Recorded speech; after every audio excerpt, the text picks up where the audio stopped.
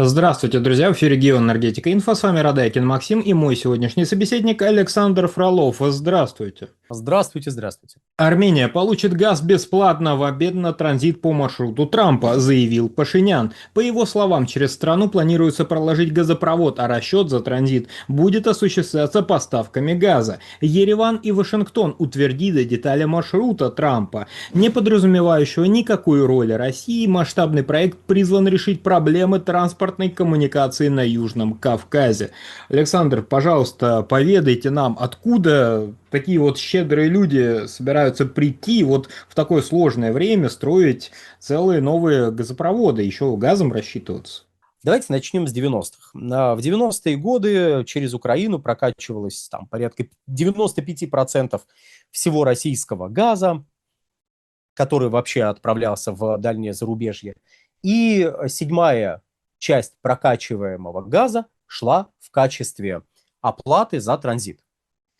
И это означало, что деньгами за транзит не платили. Платили, собственно говоря, газом. Потом от этой схемы отказались, перешли к нормальным товарно-денежным отношениям.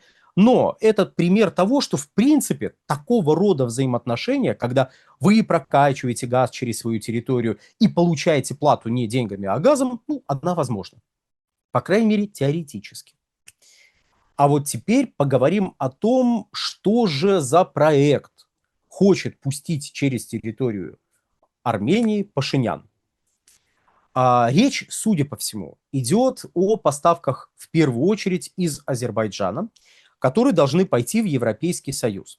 Из Азербайджана в Европейский Союз сейчас идет порядка 12-12,5 миллиардов кубических метров. Прокачиваются они по Южному газовому коридору.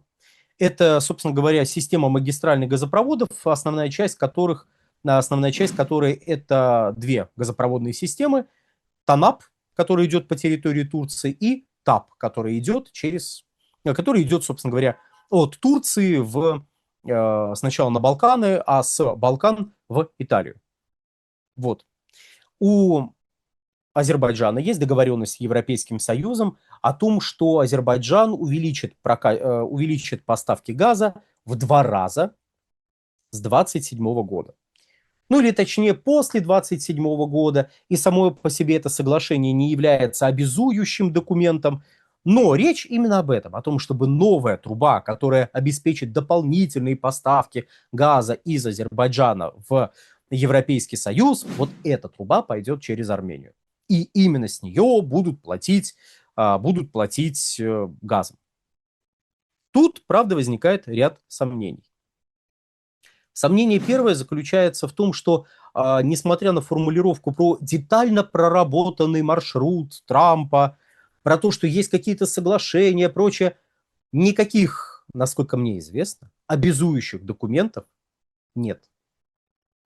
То есть те бумаги, которые были подписаны еще там в январе в Соединенных Штатах, это не вполне обязующие документы, это скорее некая такая декларация. Между Азербайджаном и Европейским Союзом тоже на данный момент нет обязующего документа. Более того, не урегулирован вопрос о финансировании.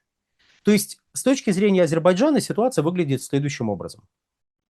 Ему надо найти и вложить деньги, пусть не самостоятельно, а с помощью зарубежных партнеров, но все-таки найти и вложить деньги в расширение добычи.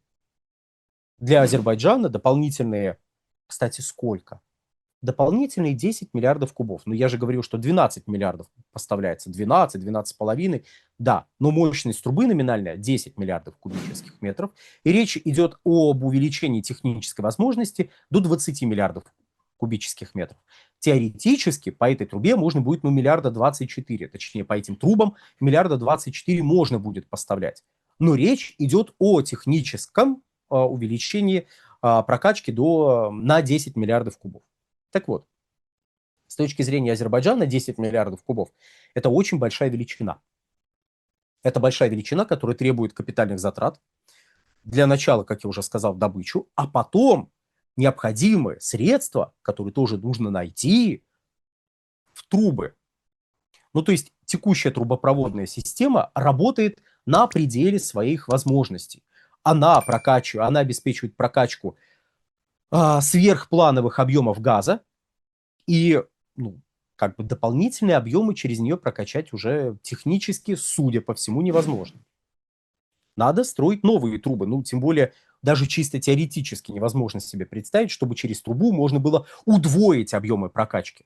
Ну, никто не строит такие трубы, чтобы, ну, вот сегодня мы 10 миллиардов качаем кубов, а завтра будем 20 миллиардов качать. А если никто не купит 20 миллиардов, ну, наверное, мы тогда переплатили за эту трубу. Потому что для того, чтобы прокачивать 20 миллиардов кубических метров, вам необходимо не только, ну, собственно, непосредственно трубы построить, вам необходимо расширить мощности газоперекачивающих агрегатов, которые, собственно, и будут обеспечивать давление для прокачки газа.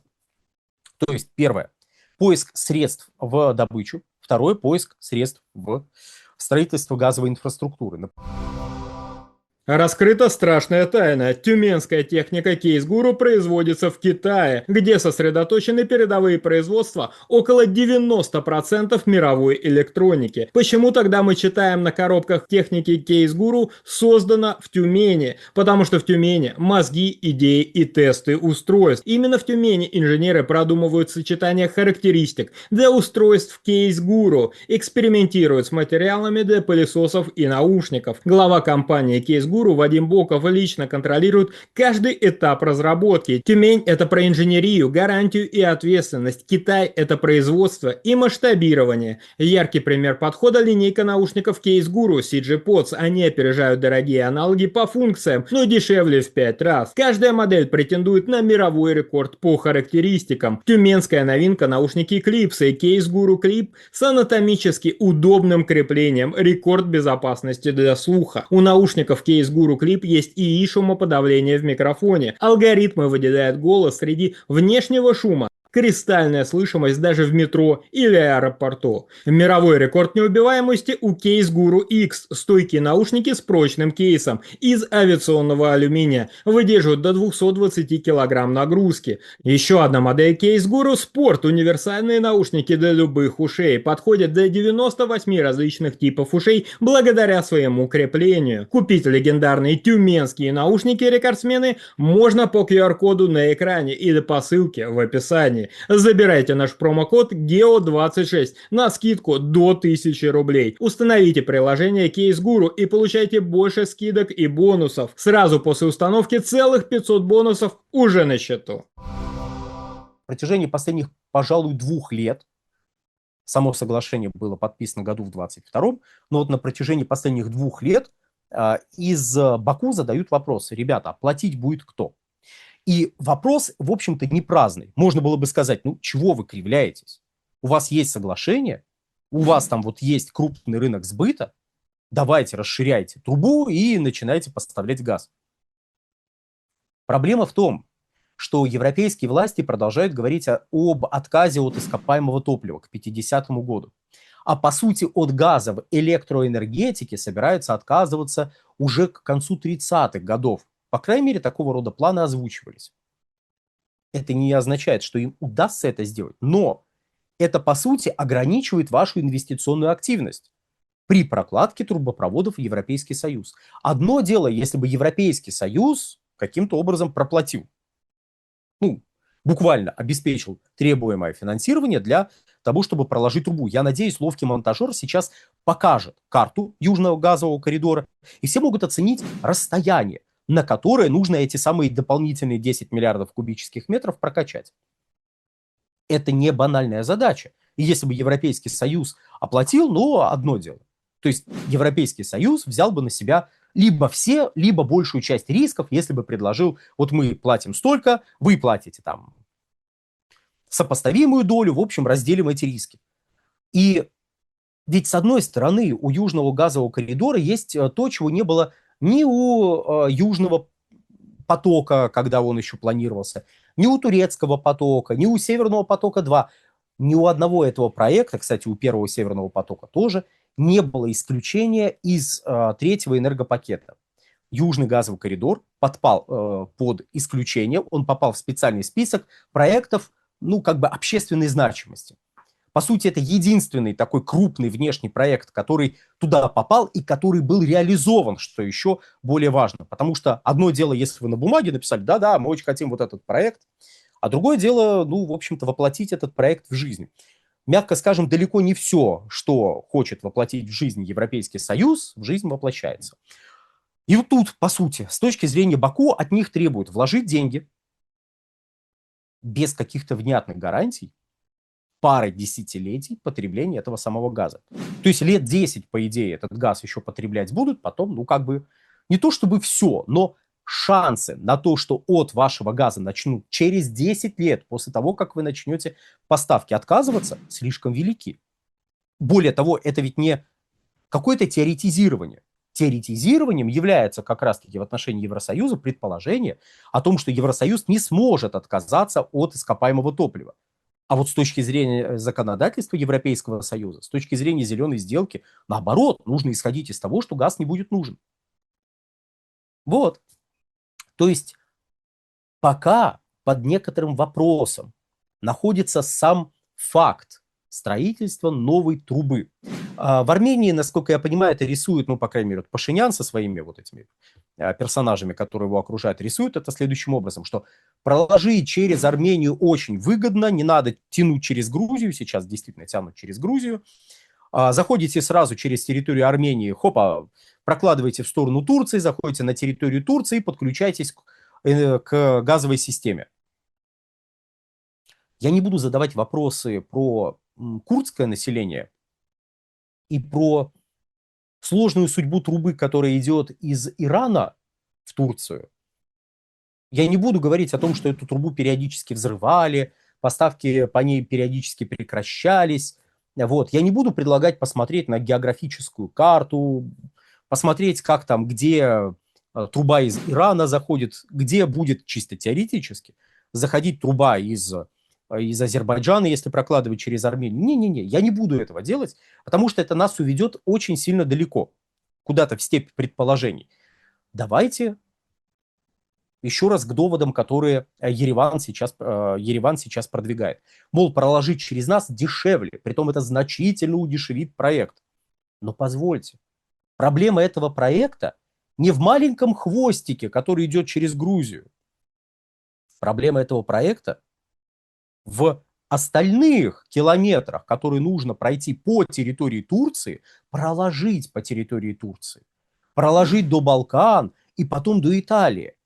Мягко скажем, то расстояние, которое потребуется от восточной границы Турции до западной, оно немножечко перевешивает по затратам тот хвостик, который будет идти, на котором удастся сэкономить, если прокладывать через Армению. Я не говорю, что это бессмысленно с экономической точки зрения. Какую-то копеечку, да, вы сэкономите, но принимать решение о прокладке такого газопровода, если вообще его будут прокладывать, через Армению только потому, что это гораздо дешевле, было бы неплохо посмотреть ТЭО. Или хотя бы, чтобы было ТЭО, на которое кто-нибудь ссылался. Но проблема всей этой ситуации в том, что за словами главы, я не знаю, как там пройдут выборы, но вот сейчас, главы Армении, что, мол, уже есть какое-то там соглашение, уже через нас будут прокачивать. Эти слова базируются на документах с очень низкой обязующей силой, во-первых, во-вторых, на его фантазиях. То есть кто с ним договорился о прокладке какого-то газопровода? Кто? Где контракт? Где ТЭО, которое необходимо составить для того, чтобы хотя бы чисто экономически оценить, вот мы прокладываем через территорию Армении или мы прокладываем через территорию Грузии? Потому что, может быть, расстояние здесь потребует большего, не отвода в данном случае, большего хвостика на территории Турции для подключения к остальной системе. Может так получиться. В общем, необходимо, чтобы была какая-то работа проделана. Она проделана, контракт есть, контракта нет. Нету контракта чисто физически. Поэтому, кстати, слова о том, что нам будут платить газом, это странные слова, просто потому что сейчас я очень мягко постараюсь это описать. Они базируются ни на чем. Давайте так, вот он немножечко ни на чем базируется, когда говорит о том, что будут вот платить газом. Александр, большое спасибо за комментарий. Друзья, подписывайтесь на наш телеграм-канал Геоэнергетика Инфо. Подписывайтесь на Александра Фролова. Ссылки будут в описании и закрепленном комментарии. Там же будут реквизиты для желающих финансово поддержать наш проект, чтобы мы и дальше также бодро вещали на всех площадках без монетизации, исключительно благодаря вашей финансовой поддержке на спонсор.ру. Спасибо, до новых встреч. Всего хорошего.